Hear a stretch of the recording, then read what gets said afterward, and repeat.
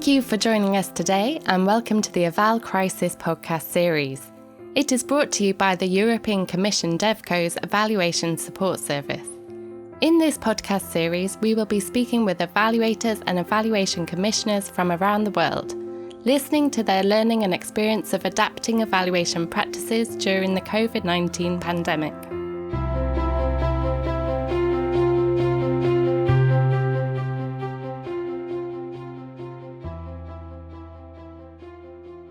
Hello to our listeners and welcome to another episode of our Eval Crisis podcast series. We are Hur Hasnain and Saskia Brandt, and we are your hosts for today's episode. Our guests today are Marco Segone and Khalil Bitar, who have very kindly accepted to share their experiences in adapting evaluation in the face of the global COVID-19 crisis. Welcome both and thanks for being with us. Hey, hello.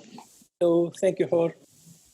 So, Marco, you are the director of the Evaluation Office at UNFPA, the United Nations Population Fund, and previously you were the director of the Evaluation Office at UN Women, the chair of the United Nations Evaluation Group, UNEC, the network of evaluation offices of 46 UN agencies, and co-founder and co-chair of Eval Partners and Eval Gender Plus.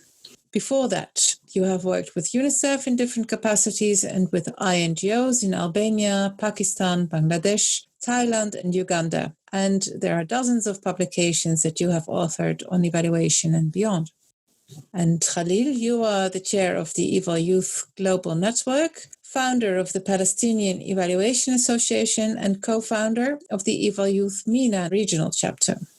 Khalil, you have worked as an evaluator and you are currently completing your doctoral thesis at the Willy Brandt School of Public Policy in Germany. And your research interests include evaluation in conflict-affected and fragile states with a focus on the MENA region and activism in evaluation aiming for social justice, equity, and youth participation. Our conversation today will be around your passion for evaluation and how you are practicing or observing adaptation to the current crisis individually, as well as through the networks that you are associated with.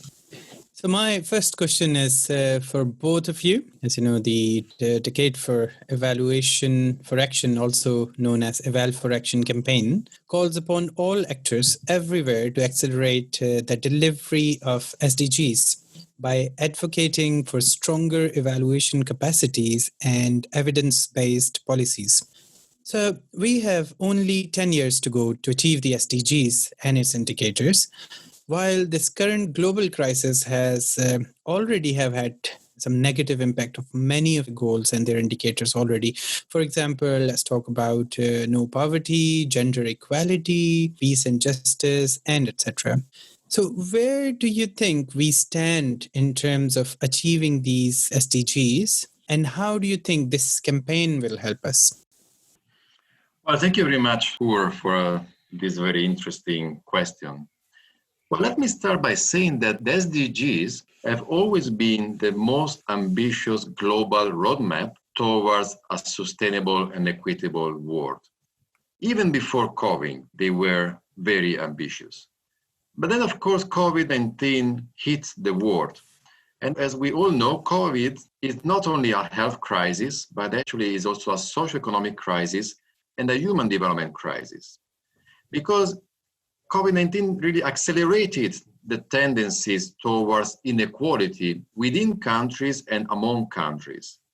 So it's pretty clear that the impact of COVID-19 will be a major setback for the SDGs that were ambitious even before COVID, and now with COVID, it will be even more ambitious. Having said that, COVID-19 can also represent somehow an opportunity to build back better. You know, COVID-19 showed us that if we don't take care of the environment will hit back.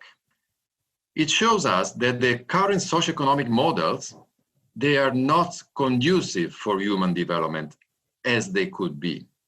It shows us that each and every country needs a universal health system. And it shows us the key importance of reducing inequality. But we have to think about COVID-19 not only as a pandemic, but also as an infodemia, meaning that it brought us a wave of fake news.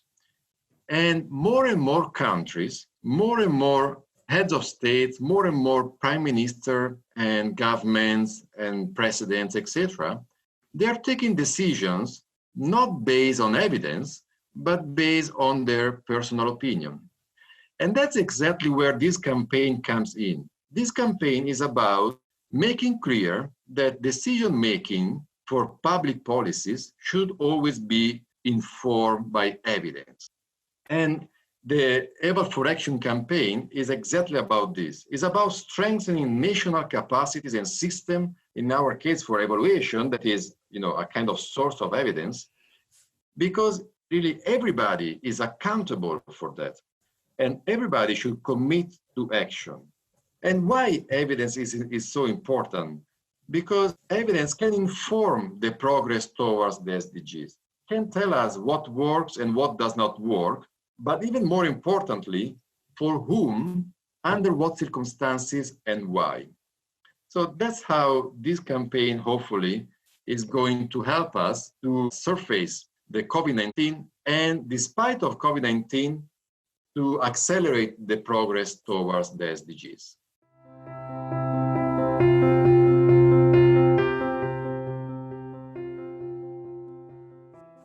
Marco, could you, for our listeners, explain briefly what the campaign is about? So the idea is really about two things.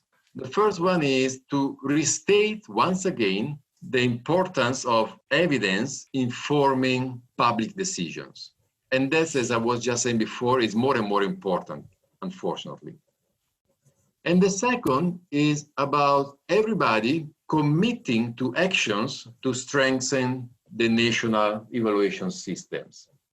Since we started the campaign just a couple of months ago, really, the partners from all around the world, from all regions, from all countries joined. Until now, I think we have 95 or even more institutional members. There are also individual members.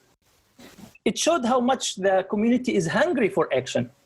Because in evaluation, sometimes we work in silos, sometimes some bodies work here and there, but everybody wants to unite and work with other people. And I'm sure now in the conversation, we'll talk a little bit about the campaign and the regional consultations and so on. I just want to stress here that the partnership aspect of the campaign is perhaps the most important, because the ownership is with the partners and the stakeholders, cross-stakeholders work is the most important. And that's why we need such advocacy campaign that can support this whole dialogue and at the same time, this advocacy. So, Khalil, it's clear that there's a lot at stake and that we need to start doing things differently. What, as young evaluators, are you bringing to the table concretely? What is your message to the rest of the world of evaluation? What should we do differently, and what can you bring to make things work better and get closer to the achievement of the SDGs? Sure. I just have to say first in the very beginning that EvalYouth has a really equal seat on the table for Eval4Action. There are a lot of organizations that say, we want to involve youth, youth empowerment, and then they represent youth, but youth are not on the table. They are not asked. They are not in the decision making. Mm-hmm. So the seat of the young and emerging evaluators, including EvalYouth, in Eval4Action is very visible, very important, and we really involve in each document. Everything is done.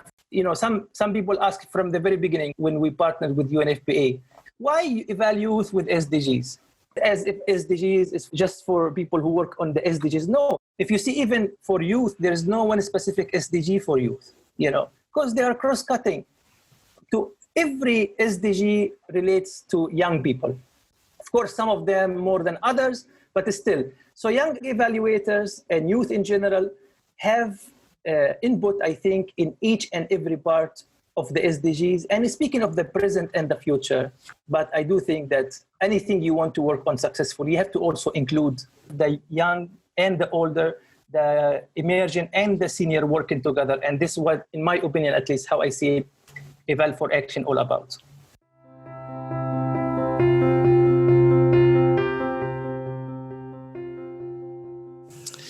Great. Thank you very much, both Khalil and Marco. I'm very much up to date with what is happening in regards to the Eval4Action campaign and how strongly the Global EvalYouth is part of the regional webinar that was done in Asia Pacific. And you recently did one in the MENA region, and it goes on and on. I think every one of us are quite an advocate of bringing youth in the front line, and this campaign has showed that the youth has power, they have voice, and they should be in the front line. So that's very good.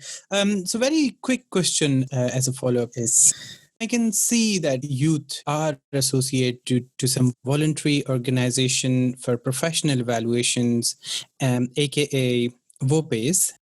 So how do you think this is impacting on the national evaluation capacities coming from the VOPEs perspective? How is this strengthening the national VOPEs for evaluations? It's very important that even within the VOPE, young people are there as full members because they can bring the new thinking, the new energy. I mean, you cannot imagine how much passion you can find in the colleagues, in the young evaluators that are members of EvalYouth. Passion, commitment, and not only about evaluation in general, but passion and commitment for an evaluation that should have the ultimate goal of improving the world, of really reaching the SDGs, reaching a sustainable and equitable world. Sometimes, everybody can bring new and fresh energy, a new and fresh perspective.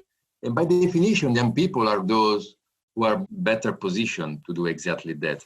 So that's why it's very important that young people, not only that VOPEs hear or listen to the voice of young people, but actually that they invite young people to be integral part of the decision-making processes within the VOPEs. And I hope that all VOPEs in future will really integrate young people in their own decision-making bodies. Thank you very much. My final question, the world is changing considering this COVID-19 crisis. So do you think that considering this very unpredictable, fragile and moving context, is there a need to relook at the SDGs and its indicators for the global development agenda? And if yes, then how do you think we should move forward? I thought about this before, and I don't think once you plan for a project, a program, policy, even a global agenda, you change the goals because there were challenges on the way. I think you try your best to achieve these goals. I know maybe it will be hard in certain circumstances, but as challenges came along the way, maybe also a lot of factors that will help. But at any rate, we should not lower our ambitions. We have to do all we can and accelerate our efforts and working together. And still there is a great chance to achieve the SDGs. Because what? They're asking for no poverty. We need no poverty. It's enough. We are in the 21st century. So this is from my perspective. Marco? I fully agree with what Khalil just said.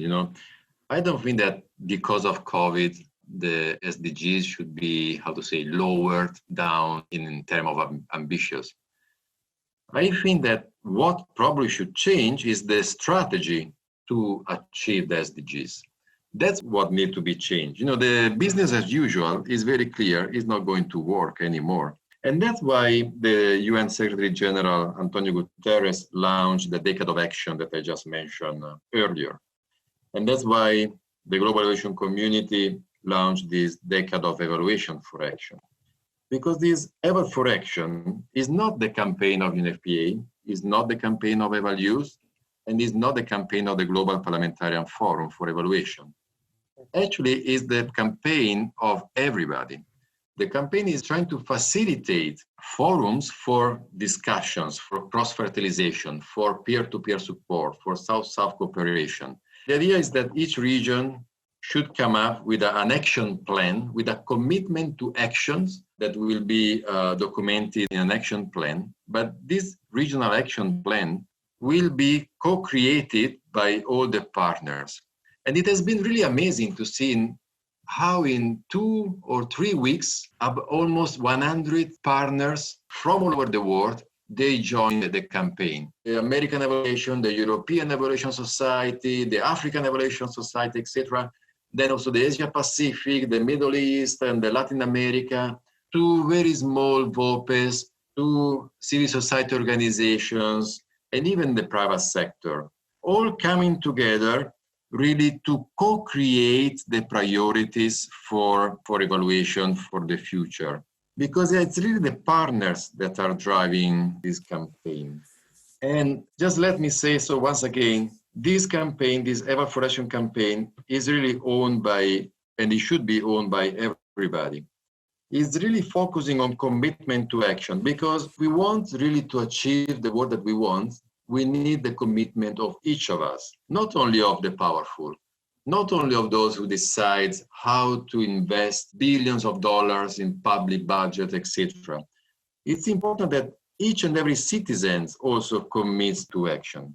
So with this, I really would like to invite all of those who are listening to us to join Eval4Action, because it's really up to each of us to act for the world that we want, to act for a world where the human rights of everybody, regardless of religion, income, gender, geographical location, etc., where human rights for everybody should be implemented, and giving the priority to the most disadvantaged, giving the priority to the most marginalized. Because the only way to achieve an equitable and sustainable world will be by having everybody together and by reducing, and I would say eradicating, inequalities. Thank you very much. And this was the end of our conversation with Marco Segone and Khalil Bitar. Thank you both for sharing your passion and reflections with us. And thanks to our listeners. Please stay tuned for the next episodes of our podcast series, and don't forget to subscribe.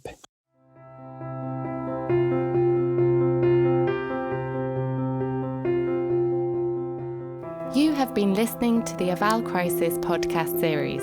It is brought to you by the European Commission DevCo's Evaluation Support Service to share the learning and experiences in evaluation practices in times of global crisis.